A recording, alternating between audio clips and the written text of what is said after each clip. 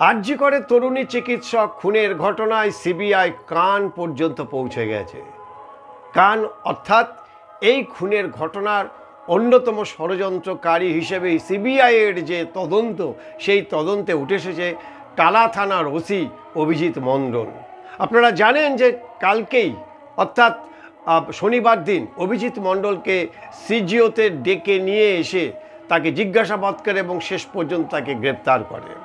মনে করা হচ্ছে যে এই যে একটা বিরাট চক্রান্ত, একটা ষড়যন্ত্র হয়েছিল, এই ষড়যন্ত্রের মধ্যমণি অবশ্যই এই অভিজিৎ মণ্ডল। কিন্তু এই অভিজিৎ মণ্ডল ছাড়াও আরও অনেকে এই ষড়যন্ত্রের মধ্যে যুক্ত আছে। কারা সেই ষড়যন্ত্রকারী? সিবিআই যে রিপোর্ট এখনো পর্যন্ত সুপ্রিম কোর্টের কাছে জমা দিয়েছেন, তাতে পরিষ্কারভাবে বলে দেওয়া হয়েছে যে এই ষড়যন্ত্রের পেছনে একাধিক মানুষ জড়িত।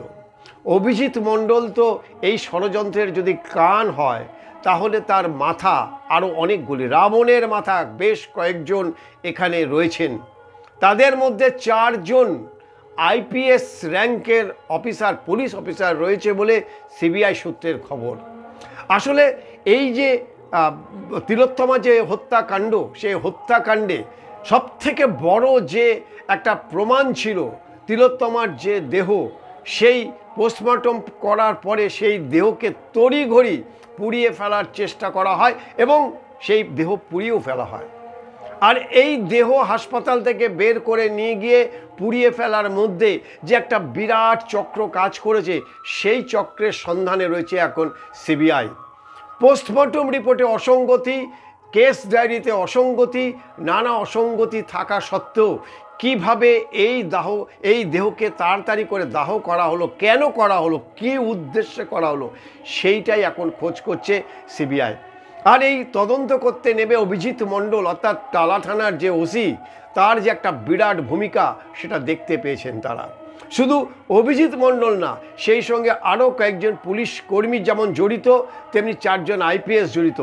এছাড়াও পানিহাটি যেই শ্মশানে তিলোত্তমাকে দাহ করা হয়েছিল, সেই পানিহাটি শ্মশানে যারা যারা গিয়েছিলেন, তৃণমূলের বেশ কয়েকজন প্রভাবশালী নেতা, সেখানকার কাউন্সিলর, প্রত্যেকেই সিবিআইয়ের রাডারে। তিলোত্তমার বাবা মাকে ডেকে নিয়ে এসে একটা এখানটায় পুনর্নির্মাণ করা হয়, রিকনস্ট্রাকশন যেটাকে বলা হয়, সে পুনর্নির্মাণ করে সিবিআই তাদের কাছ থেকে ডিটেলস সমস্ত কিছু জেনেছে। কারা কারা এই সন্দেহের তালিকায় রয়েছে, কাদের বিরুদ্ধে অভিযোগ, এই তিলোত্তমার বাবা মা সে সিবিআইয়ের কাছে তারা বলে। সেই অনুযায়ী সিবিআই তালিকা করেছেন। তাতে বাঘা বাঘা বেশ কয়েকজন আইপিএস অফিসার যেমন রয়েছেন, তেমনি রয়েছেন শাসক দলের কোনো একজন প্রভাবশালী মন্ত্রী এবং বিধায়ক সহ আরও বেশ কয়েকজন সেখানকার কাউন্সিলর। কারা রয়েছেন, কোন সেই প্রভাবশালী ব্যক্তি, তাদের নাম ধীরে ধীরে জানা যাবে। তবে এই মুহূর্তে অভিজিৎ মণ্ডলকে জিজ্ঞাসাবাদ করছে সিবিআই হেফাজতে নিয়ে, এবং তার যে ফোন রেকর্ড, যে কল রেকর্ড, সেই কল রেকর্ড ধরে সিবিআই তদন্তের শেষ পর্যায়ে যাওয়ার চেষ্টা করছে। 17 তারিখে অর্থাৎ আগামী মঙ্গলবার দিন সুপ্রিম কোর্টে এই তিলোত্তমা হত্যাকাণ্ডের ফের শুনানি। আর সেই শুনানির আগে একটি বড়সড় রিপোর্ট সিবিআইয়ের তরফ থেকে তুলে দেওয়া হবে সুপ্রিম কোর্টের প্রধান বিচারপতি যে বেঞ্চ, সে বেঞ্চের হাতে। এবং তারপরেই আস্তে আস্তে করে যে তদন্তের যে গতি, সেই গতি আরও বেশি বাড়বে বলে মনে করা হচ্ছে। সিবিআই সূত্রে যেটা দাবি করা হচ্ছে যে এটা নিছক কোনো হত্যাকাণ্ড নয়, এই হত্যাকাণ্ডের পেছনে বড় সড়ো একটা দুর্নীতি বা এমন কিছু লুকিয়ে রয়েছে, যে কারণে এরকম নির্মমভাবে তাকে খুন করা হয়েছে। সবথেকে বড় বিষয় যে এত বড় একটা ষড়যন্ত্র কেন আড়াল করার চেষ্টা করা হলো, কেন এতদিন ধরে দোষীদের আড়াল করার চেষ্টা করা হয়েছে, কেন তথ্য প্রমাণ লোপাট করার চেষ্টা করা হয়েছে, সেই সম্ভবত তার উত্তরও সিবিআই তদন্তের মধ্যে দিয়ে আমরা জানতে পারব।